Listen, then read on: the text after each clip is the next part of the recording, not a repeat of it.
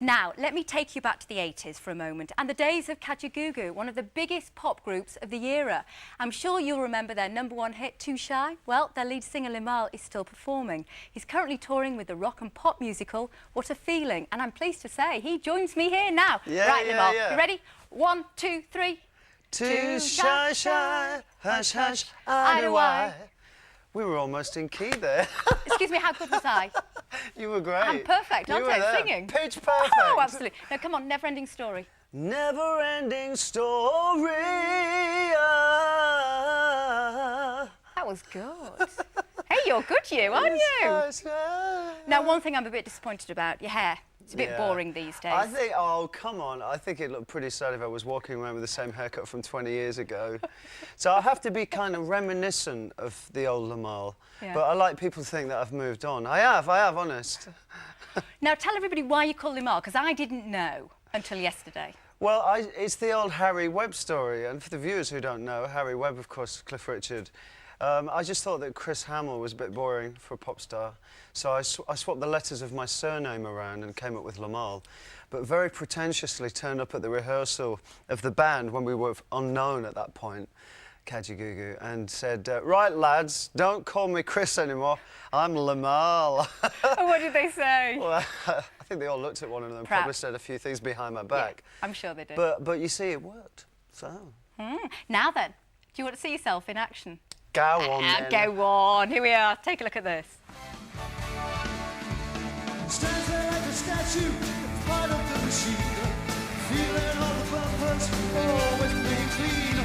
Plays my intuition, the digit kind of falls. Not deft on the blind. Sure plays me pinball.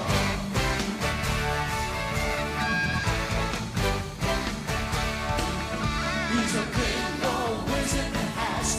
Twist, a pinball wizard, such a supple wrist. How does it make you feel? That's me in one of my quieter outfits. Yes, I think so. Do you think today's pop stars are a bit dull and boring and they all look the same? I think we are definitely suffering. You know, the whole value of a #1 seems to have been diluted by...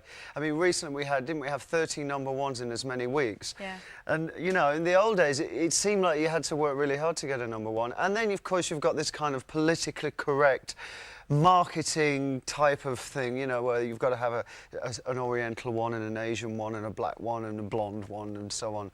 And I think pop music used to appeal to a age group of about 12 to 40, and I think it's massively reduced from 12 to 16. Oh, absolutely. Because the older people are going, well, you know, this is really, it's just not what I'm into. No. Now, selling a musical, tell us a bit about it. What a Feeling covers 4 decades of music, from musicals and film, 60s, 70s, 80s and 90s. And for me, the thrilling thing for me is finally a chance to show people that I'm not just the bloke that sang Too Shy. And there's, you know, there's more to me. And it's nice working in what is really quite a theatrical spectacular.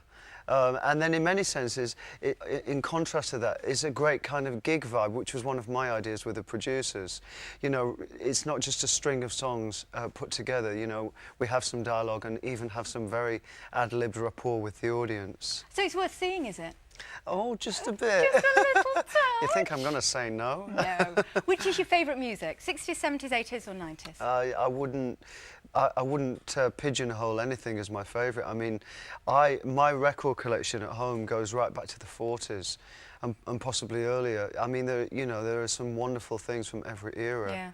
And it's nice to be able to use them, definitely. You've got a great voice. Thanks for doing a bit of singing for us. But hold on, before you go, we've got to tell everybody at home where you're performing. Go on, do you know? I'm at the Grand Theatre Leeds, which was built in the 1870s.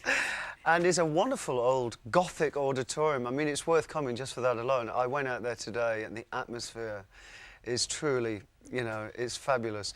And then I'm at the Embassy Centre in Skegness on the 12th of December. I've been to Skegness many times, but I've never been in December. That should be fun. Well, thank you very much. Nice to see you. Thank you, Carolyn. Thank you. And that's it for tonight. And don't forget, you can get fact sheets for Glenda's Fitness and Ian's Walk series by writing to us at the usual address. OK, then.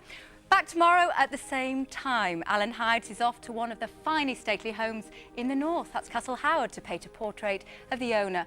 And Steve Lefebvre tries out salsa dancing. But for now, from myself and from Limahl, good night.